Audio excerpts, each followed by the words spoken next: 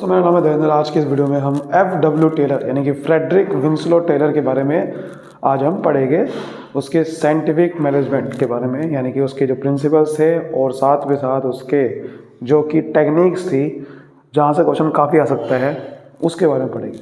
इससे पहले मैंने प्रिंसिपल्स और मैनेजमेंट की वीडियो बना रखी है 14 प्रिंसिपल, अगर आपने नहीं देखी है तो आप जाके दे सकते हो, लिंक आपको डिस्क्रिप्शन में मिलेगा। तो इस वीडियो में मैं बिल्कुल शॉर्ट में बहुत ही इजी एक्सप्लेनेशन में आपको समझाऊंगा कि क्या होते हैं ये सब चीज़ें। ठीक है, जो हमारा फ्रेडरिक विंसलो टेलर है, इन्होंने लोअर लेवल के लिए बना रखे हैं सारे प्रिंसिपल।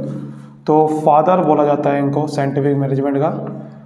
तो अगर साइंटिफिक मैनेजमेंट के बारे में बात करिए, इन्होंने वर्कर की एफिशिएंसी कैसे बढ़ाया जाए, लोअर लेवल पे काम को कैसे बढ़े किया जाए, उसके फादर है FW टेलर। ठीक है, तो इनके जो प्रिंसिपल है ना, इन्होंने 4 प्रिंसिपल दिए थे हमारे। तो पहला था science not rule of thumb. कह रहे हैं कि कोई भी काम करना है कंपनी में, कोई भी डिसीजन लेना है कंपनी में, तो उसको बहुत ही साइंटिफिक इंक्वायरी के साथ लो, बहुत सोच समझ के एक्सपेरिमेंट्स के साथ थिंकिंग करो पहले, तब डिसीजन लो। ये नहीं कि आपको जो लगता है अंदर से वो ले लोगे डिसीजन, इंट्यूशन के साथ नहीं, एक्सपीरियंस के साथ नहीं, हिट एंड ट्रायल मेथड के साथ नहीं। थंब का मतलब यही होता है, रूल ऑफ थंब का मतलब कि आपको लगता है कि हाँ ये ठीक है तो ले लिया डिसीजन। नहीं, आपको क्या ठीक लगता है वो नहीं, आप सोच समझो, अच्छे से एनालाइज करो कि ये डिसीजन लिया तो क्या होगा, इससे कॉज एंड इफेक्ट देखो कि ये हुआ, ये लिया तो इससे क्या इफेक्ट होगा। तो that is the science not rule of thumb. अगला आता है हार्मनी नॉट डिस्कॉर्ड। आपको हार्मनी बना के चलनी है, डिस्कॉर्ड नहीं करना। भेद मतलब लोगों के बीच में झगड़ा नहीं होना चाहिए। किसके बीच में झगड़े की बात कर रहा है ये? वर्कर और मैनेजमेंट के बीच में झगड़ा चलता रहता है। तो ये इन्होंने कहा है कि यार वर्कर और मैनेजमेंट के बीच में ना एक उनका आपस में थिंकिंग अलाइन होनी चाहिए, थिंकिंग मिलनी चाहिए, एक दूसरे के बारे में अच्छा सोचे। और वो होगा मेंटल रेवोल्यूशन से। मेंटल रेवोल्यूशन करना पड़ेगा, उनके एटीट्यूड जो सोच, उनका जो देखने का नज़रिया है वर्कर और मैनेजमेंट का, वो बदलना पड़ेगा, एटीट्यूड बदलना पड़ेगा उनका, कि वर्कर मैनेजमेंट के बारे में अच्छा सोचे और मैनेजमेंट वर्कर के बारे में अच्छा सोचे। तो ये मेंटल रेवोल्यूशन की वजह से आपस में इनकी सोच सही होनी चाहिए। फिर उसके बाद एक और बात करेगी इसके अंदर कि मैनेजमेंट को कोई भी अगर कंपनी पैसा कमाती है, गेन कमाती है ज़्यादा, तो वो वर्कर के साथ शेयर भी करना चाहिए। ये नहीं कि भाई वर्कर की वजह से आप पैसा कमा रहे हो और पैसा अगर आप ज़्यादा कमा रहे हो तो वर्कर के साथ शेयर नहीं करोगे तो वर्कर आपकी बात कैसे सुनेगा। ठीक है ना, तो हार्मनी बना के रखो। ठीक है, उसके बाद फिर जब हार्मनी हो जाएगी तो फिर कोऑपरेशन आएगा। अगला प्रिंसिपल वही है, कोऑपरेशन नॉट इंडिविजुअलिज्म।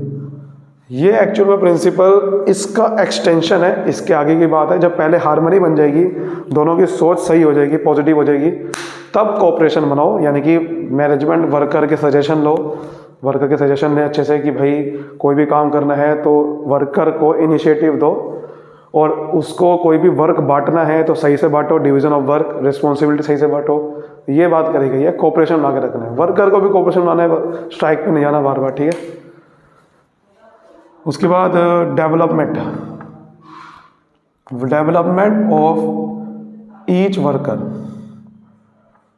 ठीक है, to their greatest efficiency and prosperity, मतलब जो भी है इस तरीके का कि आपको वर्कर को पहले सेलेक्ट करने से पहले बहुत सोच समझ के सेलेक्ट करो। टेलर कहता है कि भाई वर्कर को सेलेक्ट करना है तो प्रॉपर क्वालिफिकेशन का सही से सेलेक्ट करो। एक बार सेलेक्ट कर दिया तो भैया उसको टाइम टू टाइम उसकी नॉलेज बढ़ाने के लिए ट्रेनिंग देते रहो, वरना वो फिर पुरानी नॉलेज हो जाएगी, वो काम सही से नहीं कर पाएगा। उसकी ट्रेनिंग करवाना बहुत ज़रूरी है, तब उसका वर्कर का डेवलपमेंट होगा। तो ये 4 प्रिंसिपल दिए थे टेलर ने। बात करते हैं टेक्निक की, इसकी जरा टेक्निक क्या थी। तो टेक्निक की बात करते हैं जरा। सबसे पहले टेक्निक बनाई थी टेलर ने फंक्शनल फॉरमैनशिप। कौन सी बनाई थी? Functional foremanship. दरअसल एक फोरमैन होता है जो वर्कर के ऊपर होता है, जो एक तरह का ठेकेदार कह सकते हैं, सुपरवाइजर, जो काम देता है वर्कर को। टेलर ने कहा है कि देखो एक फैक्ट्री मैनेजर है, जैसे कि फैक्ट्री के अंदर मैनेजर होता है, तो फैक्ट्री को आपको 2 हिस्सों में डिवाइड करना है। सारा काम एक बंदा ना करे भैया। प्लानिंग इंचार्ज अलग बनाओ, यानी कि प्रोडक्शन करने से पहले जो प्लानिंग होगी उसका इंचार्ज अलग हो, और फिर प्रोडक्शन करने के टाइम पे प्रोडक्शन इंचार्ज अलग होना चाहिए। एक चीज़ नहीं होनी चाहिए। और प्लानिंग इंचार्ज के नीचे कुछ एक्सपर्ट बंदे होने चाहिए 4। ऐसे ही इसके नीचे भी कुछ 4 एक्सपर्ट बंदे होने चाहिए जो कि वर्कर को टाइम टू टाइम इंस्ट्रक्शन देते रहे। अब सर ये कौन से होते हैं 4 बंदे, मैं आपको बताता हूँ 4 बंदे कौन कौन से। तो प्लानिंग इंचार्ज के नीचे आते हैं जैसे कि root clerk, instruction card clerk, ठीक है, टाइम एंड कॉस्ट क्लर्क और डिसिप्लिनेरियन, मतलब रूट बताना भैया कौन सा सामान किस रूट से जाएगा, इंस्ट्रक्शन देना, किस टाइम पे पूरा करना है, कितनी कॉस्ट में पूरा करना है, डिसिप्लिन मेंटेन करना। प्रोडक्शन इंचार्ज के नीचे भी 4 बंदे होते हैं जैसे कि भैया रिपेयर बॉस, ठीक है, कोई भी मशीन खराब होगी रिपेयर ये करेगा। गैंग बॉस, सारा मशीन वगैरह टूल्स वगैरह ला के देगा, गैंग बॉस, ठीक है। इंस्पेक्टर, चेक करता रहेगा क्वालिटी को, ठीक है, repair boss, gang boss. Speed boss, speed boss काम को फटाफट से कराने की कोशिश करेगा। समझ रहे हो, नाम से आपको समझ में आ रहा है। तो ये चीज़ कह रहा है। इसमें एक कमी ये है कि ये सारे लोग जितने भी है ये वर्कर के ऊपर है, मतलब ये 8 के 8 बंदे वर्कर के ऊपर है। तो unity of command principle follow नहीं हो रहा है यहाँ पर। यूनिटी ऑफ कमांड क्या कहता है कि भैया वर्कर के ऊपर, मतलब एम्प्लॉय के ऊपर एक ही बॉस होना चाहिए, या तो 8-8 बंदे ऑर्डर देंगे इसको, ये भी ऑर्डर देगा, ये भी सारे। That is a main drawback. चलिए आगे बढ़ते हैं, अगले टेक्निक की बात करते जरा। अगली टेक्निक है standardisation and simplification of work. Taylor कहता है कि देखो काम को अगर आपको करना है तो स्टैंडर्डाइजेशन से करो। मतलब कि स्टैंडर्डाइजेशन मतलब क्या होता है भैया, आप एक स्टैंडर्ड बनाओ, एक समान रूप से प्रोडक्ट, यूनिफॉर्म तरीके से प्रोडक्ट बनाओ।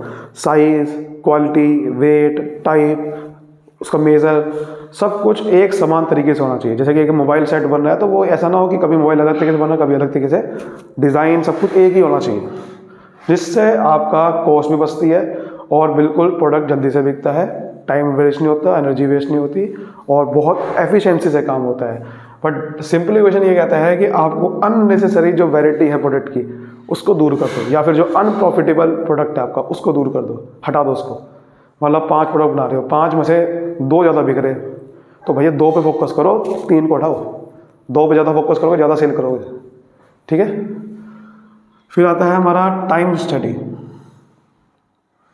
टाइम स्टडी कहती है कि भैया आपको एक स्टैंडर्ड टाइम बनाना है किसी भी काम को करने का, मतलब काम कितने टाइम में होगा, टाइम स्टडी से निकलता है। टेलर कहता है कि भैया टाइम स्टडी करने के लिए आप वर्कर को ऑब्जर्व करो कि कोई बंदा कितने घंटे में काम करता है, ठीक है, और ऑब्जर्व करने के बाद एक एवरेज टाइम निकाल लो कि हाँ 5 एक बंदा करता है 10 घंटे में, 5 घंटे में, 10, तो करते करते एक एवरेज टाइम निकल के आया कि 8 घंटे की जॉब सही है। तो उस फिर स्टैंडर्ड टाइम बनाती है, स्टैंडर्ड टाइम के अकॉर्डिंग फिर हम वर्कर को टारगेट देंगे कि भाई आपको ये 8 घंटे में इतना काम करना है, और कितने वर्कर काम कर सकते हैं 8 घंटे में वो भी पता कर लेते हैं टाइम स्टडी में। नंबर ऑफ वर्कर, टारगेट और स्टैंडर्ड टाइम तो पता करते ही है। फैटिग स्टडी, फैटिग स्टडी मतलब फैटिग का मतलब होता है थकान। आप चेक करते रहो वर्कर कितनी देर बाद थक जाता है। टेलर कहता है कि भैया आप हर वर्कर को चेक करते रहो, ऑब्जर्व करते रहो, जो भी स्टडी करनी है ऑब्जर्व करके होती है। चेक करते रहो कि कौन सा वर्कर कितने टाइम में रेस्ट इंटरवल चाहिए होता है, उसे थक जाता है।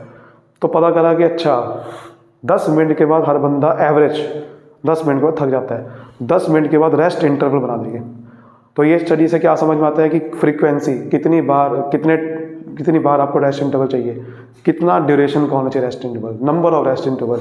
तो ये सब रेस्ट इंटरवल आपको समझ में आते हैं, जिससे वो काम को सही तरीके से कर पाता है और उसे एफिशिएंसी से कर पाएगा, ठीक है। ये सब फैटिग स्टडी में होता है।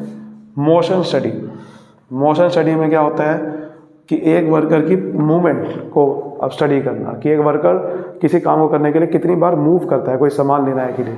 अब मोशन स्टडी में कुछ मूवमेंट होती है प्रोडक्टिव, यानी कि भैया अगर मान लो स्टेशनरी का सामान लेना है, तो स्टेशनरी का सामान लेना है तो भैया उसको बहुत दूर जाना पड़ता है। एक होता है अनप्रोडक्टिव, कि भैया फालतू का कहीं घूम रहा है, तो टेलर कहता है अनप्रोडक्टिव मूवमेंट को दूर कर दो और प्रोडक्टिव मूवमेंट पर ध्यान दो, और उसको ऐसा करो कि उसको ज़्यादा मूव ना करना पड़े। मतलब इतना बड़ा अगर स्टेशनरी का सामान ले लो, बाहर जा रहा है वो उतनी दूर तक, उसको पास ला के दे दो ना उसको, ताकि टाइम बचेगा, ठीक है। मेथड स्टडी, मेथड स्टडी क्या कहती है कि काम को करने का सबसे बेस्ट मेथड निकालो, क्योंकि हम चाहते हैं कि कॉस्ट कम से कम हो, रिसोर्सेज को ज़्यादा यूज़ करें हम अच्छे से। तो कॉस्ट को बचाना है अगर आपने, तो मेथड स्टडी निकालो। टेलर ने ये भी कहा इसमें असेंबली लाइन वाला एक मेथड जरूर फॉलो करो, असेंबली लाइन में ज़्यादा अच्छे से काम होता है। फिर आता है differential piece wage system. Differential piece wage system मतलब कि आपको वेज देना है वर्कर को, मजदूरी देनी है, तो उसका तरीका है एफिशिएंट और नॉन एफिशिएंट के तरीके से पहले वर्कर को डिवाइड कर दो। जो अच्छा काम करता है उसकी वेज बढ़ा दो कि भैया जो अच्छा काम करेगा, वैसे स्टैंडर्ड एक होता है स्टैंडर्ड वेज कि 10 रुपये तो आपको मिलेंगे तो 100 यूनिट बनाएगा, ये तो सबके लिए। लेकिन जिसने 100 से ऊपर बनाई उसको 10 नहीं मिलेगा, उसको 12 मिलेगी एफिशिएंट वालों को। और अगर जिसने खराब काम किया 100 से कम बनाई तो उसको 10 नहीं मिलेगी, उसको 8 मिलेगी। इससे क्या होगा, जो कम काम करेगा ना उसको मोटिवेशन मिलेगा कि यार मुझे भी अच्छा काम करना है, यार मुझे 12 चाहिए, मुझे 12 रुपये चाहिए, अपने आप अच्छा काम करेगा वो। लास्ट आता है कॉन्सेप्ट ऑफ मेंटल रेवोल्यूशन, जो कि मैं आपको बता रहा था हार्मनी में भी, हार्मनी नॉट डिस्कॉर्ड में मेंटल रेवोल्यूशन होना चाहिए। मतलब कि change in outlook, change in outlook, mental आपको रेवोल्यूशन करना है, वर्कर और मैनेजमेंट की सोच को बदलना है। दोनों आपस में कोऑपरेशन करें, दोनों आपस में समझौता करें, मिल के काम करें ताकि हार्मनी बनाए रखें, क्योंकि इनका हार्मनी होना बहुत ज़रूरी है। अगर ये मिल के काम नहीं करेंगे तो फिर कंपनी कभी आगे नहीं बढ़ सकती। तो उम्मीद करता हूँ आपको टेलर की प्रिंसिपल टेक्निक समझ में आएगी। वीडियो को लाइक करिए, सब्सक्राइब करिए। चाहते हो कि ऐसे कोई इजी एक्सप्रेशन में वीडियो बनाऊँ, मुझे कमेंट करिए। Thank you so much.